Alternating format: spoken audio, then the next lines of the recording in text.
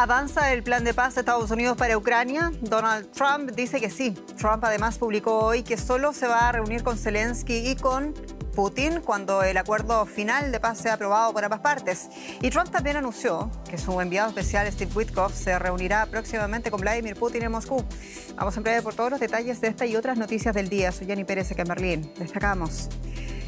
Mientras Trump negocia la paz con Zelensky y con Putin, nuevos ataques rusos contra edificios residenciales matan a varias personas en Kiev, según fuentes ucranianas. Zelensky tacha de cínico los ataques rusos en medio de las negociaciones.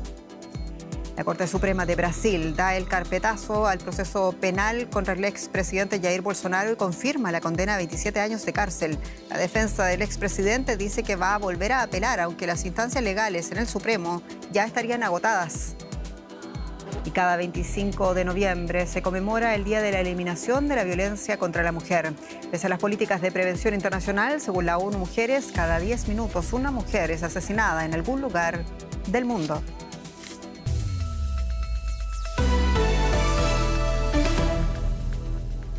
A juzgar por las declaraciones de la Casa Blanca, hay una oportunidad para lograr un acuerdo de paz para Ucrania. Los miembros europeos de la denominada coalición de voluntarios hablan de posibles avances, mientras el propio presidente de Ucrania, Volodymyr Zelensky, afirma que las propuestas de paz revisadas de Estados Unidos serían viables.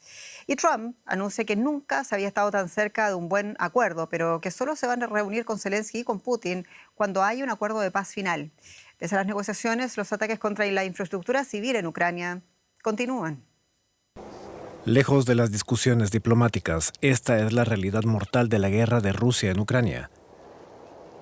Estos residentes de Kiev escaparon de un ataque con drones durante la noche y tienen pocas esperanzas de que los ataques cesen pronto. No puedo creer que se estén llevando a cabo negociaciones y que hoy hayan muerto tantas personas solo en Kiev. Están haciendo esto.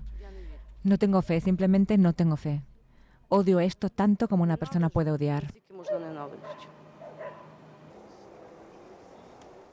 Ucrania lanzó sus propios ataques nocturnos contra Rusia, dirigidos contra una terminal petrolera y un puerto del Mar Negro. En los últimos días se ha producido una intensa actividad internacional para poner fin a los combates.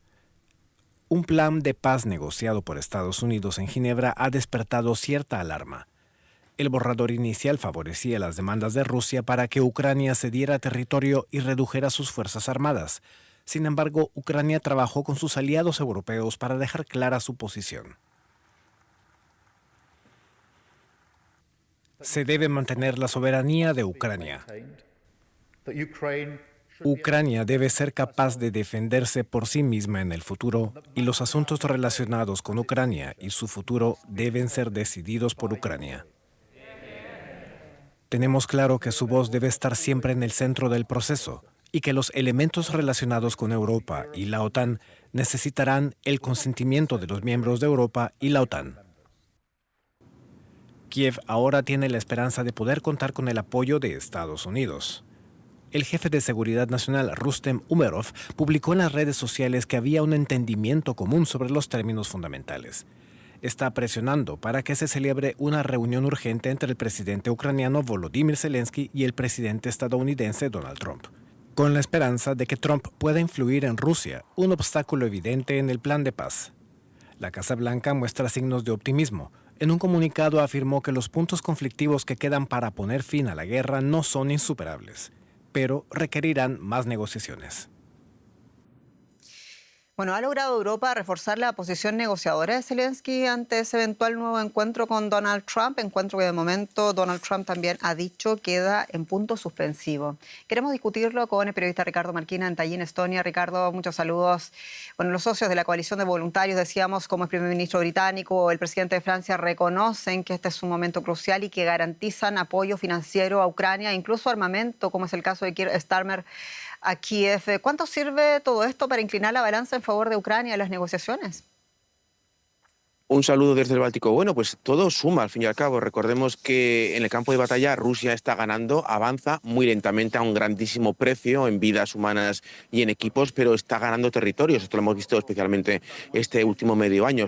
Así que a la hora de negociar esas garantías de seguridad por parte europea, esos fondos de reconstrucción, sobre todo la posible presencia de fuerzas de paz europeas, si es que eso llega a materializarse, todo suma para una idea muy concreta, y es que si Rusia vuelve a tener la tentación de atacar Ucrania, de hacerse con otra región ucraniana, de intentar derrocar al gobierno legítimo de Kiev, si Rusia intenta esto, la factura le va a salir todavía más cara de que la que ya está pagando en esta guerra, que no hay tropas extranjeras en el terreno, está luchando solo contra el ejército ucraniano. Rusia debe saber con estas garantías europeas que si intenta una nueva aventura militar, esta vez la factura será muchísimo más alta. Ricardo, y tú ayer nos decías que nunca antes Ucrania y Rusia habían abandonado sus posiciones maximalistas en la mesa de negociaciones. ¿Cuáles crees es la perspectiva para una eventual firma del acuerdo de Trump para Ucrania, considerando también que Trump ha anunciado que Witkoff va a ir ahora a reunirse con Putin? Hay muchas señales que nos permiten ser moderadamente optimistas. Es verdad que hasta ahora todos los encuentros y tiras y aflojas que había habido este último año, especialmente desde que Trump llegó a la Casa Blanca, fueron todos unos grandes fiascos y muchas decepciones de manera consecutiva. Pero esta vez sí que estamos viendo ese movimiento y esa pretensión por parte al menos ucraniana de firmar. Yo creo que Zelensky no le va a quedar otra opción que firmar un acuerdo, aunque sea malo para Ucrania, pero porque delante tiene una maquinaria de guerra, la rusa, que parece dispuesta a continuar pese al precio que tenga que pagar, con lo cual Zelensky está seguramente tentado a firmar. Otra cosa es la parte rusa. La parte rusa solo firmará si entiende esa firma como una victoria, y es allí donde yo creo que todo puede descarrilar. Ricardo Máquina, como siempre, muchas gracias. En Estonia. A ustedes. La Corte Suprema de Brasil anunció este martes la conclusión del proceso penal contra Jair Bolsonaro y declaró firme la condena de 27 años de cárcel por golpismo. El expresidente deberá entonces cumplir la condena de la Superintendencia Regional de la Policía Federal en Brasilia, que es un complejo policial donde se encuentra detenido desde el sábado pasado. Bolsonaro fue condenado en septiembre a 27 años de prisión por un intento de golpe de Estado tras perder las elecciones presidenciales del año 2022. El expresidente brasileño se encontraba cumpliendo prisión domiciliaria preventiva desde agosto en su casa en Brasilia, a la espera de agotar los recursos contra la sentencia. El sábado pasado, la Corte Suprema ordenaba su ingreso en prisión, luego de que utilizara una soldadura para manipular la tobillera electrónica que monitorea sus movimientos. Ir por más detalles y lo hacemos hasta Brasilia con el periodista Marcelo Silva de Sousa. Marcelo, bueno, con esta decisión del Tribunal Supremo, ¿se selló el destino, acaso, el destino legal finalmente del expresidente Bolsonaro? ¿Qué tal, Jenny? Una decisión que da por concluido el proceso penal por intento de golpe de Estado en el que Bolsonaro fue condenado a 27 años y 3 meses de cárcel. El juez Alexandre de Moraes cierra este caso y de esta manera ya no caben más recursos capaces de revertir la condena contra el expresidente de Brasil. Estaba todavía la expectativa por los llamados recursos de embargo de declaración que podía presentar la defensa para pedir aclaraciones sobre la condena y que fueron rechazados, y por eso el juez determina el cumplimiento efectivo de la pena que, como sabemos, Bolsonaro está detenido de forma preventiva el sábado en la Superintendencia de la Policía Federal en Brasilia. Bolsonaro empieza a partir de este momento a cumplir la pena por los 27 años de condena en la misma dependencia policial. Lo mismo va a pasar con los otros integrantes, exministros y militares del llamado Núcleo 1 del golpe de Estado, este cerebro de la trama golpista que el juez Alexandre de Moraes determina que hoy empiezan a cumplir sus penas. Marcelo, hablemos por favor de la consecuencia política de esta situación con una enorme base de seguidores en Brasil. ¿Cuál crees tú es la dimensión política realmente de esta condena? Bueno, el impacto político es enorme. Hasta ahora no hemos visto una movilización popular o una reacción en las calles, pero su grupo político empieza, por un lado, a trabajar en el Congreso por una amnistía que por ahora parece bastante improbable por la falta de acuerdo con las cúpulas del Congreso, y por otro lado, empieza a estudiar cómo va a intentar mantener vivo su legado político. Al final, según los sondeos, un 30% de los brasileños todavía votaría por Bolsonaro como presidente, y cómo puede llevar su legado al año próximo, 2026, cuando habrá elecciones presidenciales. Su hijo y senador Flavio Bolsonaro está asumiendo el papel de vocero de alguna manera, y se habla en el entorno del expresidente que algunos de sus familiares, tal vez hasta su esposa Michelle Bolsonaro, podrían integrar una fórmula presidencial para 2026 de manera de negociar el apoyo y tal vez llevar a la presidencia a un candidato que le pueda prometer una amnistía. Algo muy difícil ahora y que probablemente también encontraría obstáculos en el Supremo Tribunal Federal. Un golpe muy duro para el bolsonarismo en Brasil. Muchas gracias, Marcelo Silva de Sousa. Y más noticias, el jefe del Pentágono, Pete Hegseth, visitará el miércoles República Dominicana. Según Washington, el objetivo es fortalecer los esfuerzos contra el narcotráfico. La visita se suma a la del jefe del Estado Mayor de los Estados Unidos, Dan Kane, quien este martes se reúne con la primera ministra trinitense Kamla Persad-Bissessar en Trinidad y Tobago. Bueno, ambas visitas se producen en momentos de alta tensión entre Venezuela y los Estados Unidos, y se dan precisamente un día después de que aviones militares de los Estados Unidos sobrevolaran el tramo que separa la costa de Venezuela y la isla de Curazao.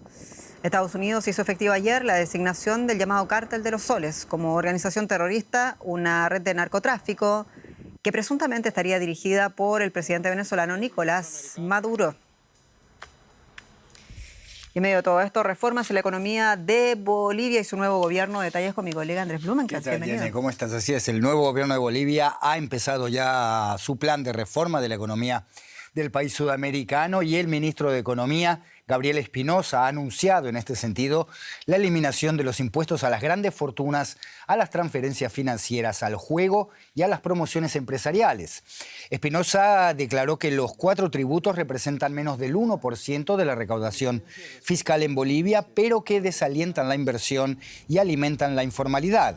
Según un informe de la OCDE, un sistema de bajos impuestos para los ricos y una alta carga sobre el consumo definen la estructura tributaria de Bolivia. Este desequilibrio, según la OCDE, limita la capacidad del país para reducir la desigualdad y lo hace dependiente de los volátiles ingresos de los recursos naturales. La derogación de estos impuestos debe ser aún aprobada por la Asamblea Legislativa. Vamos a hablar un poco más en detalle de este asunto con la ayuda de Carlos Brown. Él es economista y director de programas de Oxfam México. Carlos, gracias por estar con nosotros. Cuéntanos primero, ¿cómo se justifica la eliminación del impuesto a las grandes fortunas, por ejemplo, en un país que todavía arrastra altos niveles de desigualdad, de ingresos y de riqueza? ¿Qué contraprestación se puede esperar de esta medida? Sí, lo decías en la nota. Es más que un incentivo, es una señal de querer atraer inversión privada bajo el mito, por una vez más, la idea de la competitividad fiscal, ¿no? La idea de que reducir los impuestos atrae las inversiones, genera el empleo, cuando eso 4 décadas después sabemos que es falso, y lo sabemos porque la evidencia así lo muestra, y nos hace más dependiente a la economía boliviana y en general al Estado boliviano de los ingresos que provienen de las actividades extractivas, y mucho menos de la actividad propia del mercado interno y de la posibilidad de reducir las desigualdades. Y ahí creo que es un error por parte del gobierno boliviano empezar de esa manera, echando para atrás un impuesto que es el de las grandes fortunas, pero también los de transacciones financieras y los otros 2 que están poniendo en este paquete, como una señal hacia los mercados que es, digamos, un poco beneficiosa para el Estado boliviano. Cierto es que no hay evidencia empírica de que la teoría del derrame genere resultados, y en este sentido, Carlos, ¿qué margen tiene un país para diseñar impuestos progresivos sin generar incentivos a la fuga de capitales o a la dolarización, especialmente en economías pequeñas y abiertas? Y es que ese es el otro mito, ¿no? Si les ponemos impuestos, se van a ir. Y pareciera que esos $2.000 millones que plantea el presidente Rodrigo Paz eran $2.000 millones que iban a servir para la generación de empleo y para las inversiones, cuando en realidad no hay nada que nos garantice que eso sea de esa manera. ¿Qué posibilidades tienen? Muchas sí cooperan. Y por eso mecanismos como la Plataforma Tributaria América Latina y el Caribe puede ser un espacio para poder hacer, digamos, mecanismos de cooperación y que no sea solamente un país poniendo, sino un frente común de países que están empujando políticas similares. Carlos, hablemos ahora del impuesto a las transacciones financieras, su eliminación. ¿Tú qué crees? ¿Puede efectivamente reducir la fuga de capitales, mejorar la liquidez en dólares cuya escasez es motivo de frecuentes tensiones en Bolivia? Sí, pareciera que es la señal en el sentido correcto, tratando de atraer dólares, tratando de quitar ese impuesto que todo el mundo mostraba como un impuesto para tratar de bolivianizar la economía y desdolarizar. Pareciera que es una medida en la dirección correcta, cuando en realidad no es esa la fuente principal de los dólares. De nuevo, no es un incentivo, no es lo que hace que los dólares lleguen a la economía, es una señal que apunta a que sectores como la agroindustria tengan las señales correctas para poder invertir, como si eso se reflejara en la calidad de vida de las personas, cuando en realidad lo que sabemos y lo que nos han mostrado todos los ejemplos latinoamericanos de las últimas 4 décadas es que eso no ocurre en el aire, no ocurre por antonomasia. El Estado debe jugar un rol mucho más activo y al contrario, el Estado se está debilitando en sus finanzas y en sus capacidades al tiempo que reduce la posibilidad de utilizar el gasto público como una herramienta para la atracción de divisas. Entonces, en realidad lo que está haciendo es tomando decisiones en el sentido contrario, aunque parezca lo opuesto. Carlos Brown, director de programas de Oxfam México, muchas gracias por esta conversación. Hasta cualquier momento.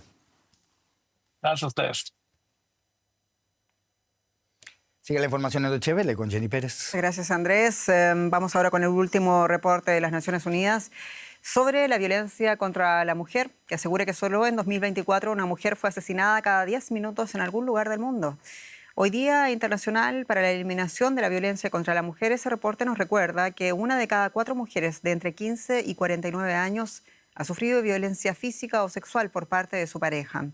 Aquí en Alemania, donde la violencia machista ocupó un lugar marginal de la agenda política en el pasado, las cifras oficiales dibujan una violencia estructural por resolver.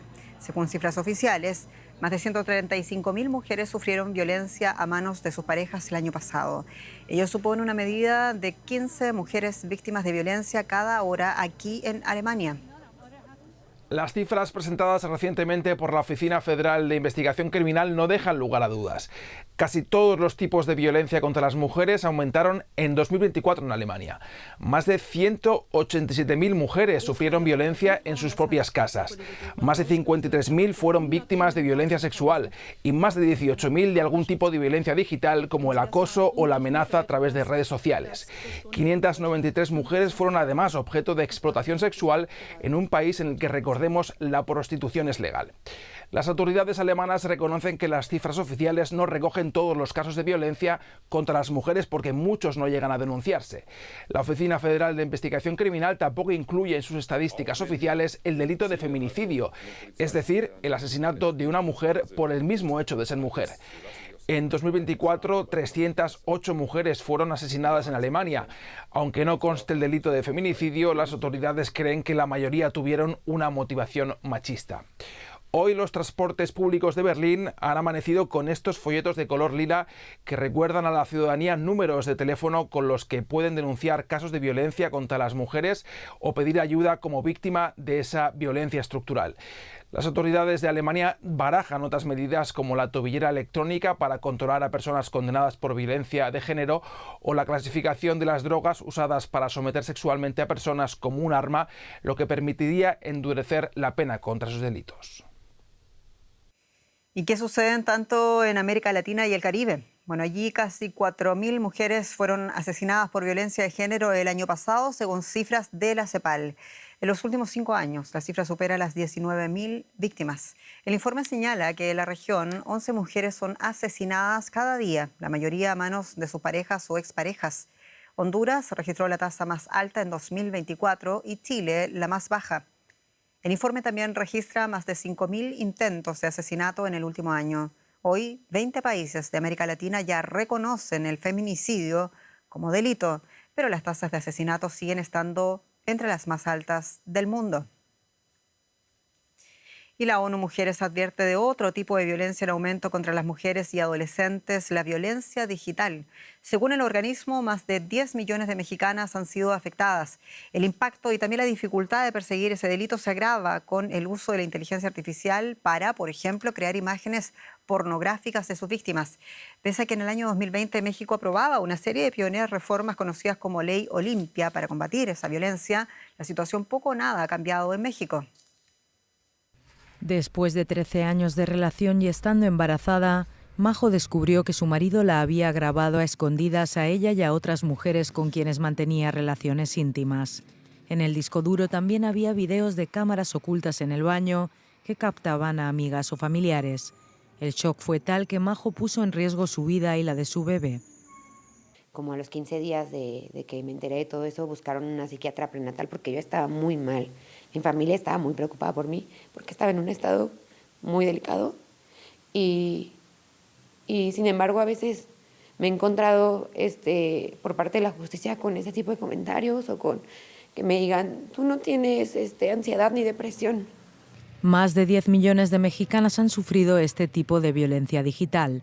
Según alertó la ONU, es una amenaza creciente en el país. Este mes, más de 400 adolescentes de una secundaria de Zacatecas denunciaron que uno de sus compañeros había creado material pornográfico con ayuda de la inteligencia artificial. La masividad que permite esta tecnología y su fin de mercantilización tienen un impacto aún más dañino en las mujeres y dificultan la persecución del delito.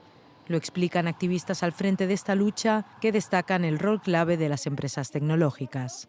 En estos mercados de explotación sexual digital, la mayor responsabilidad a nivel de mercado, porque ya estamos hablando de un tema macro, viene por parte de las plataformas. Entonces creo que todos esos bloqueos son un avance que es urgente que las empresas empiecen a generar y eso va a venir desde la presión de los estados.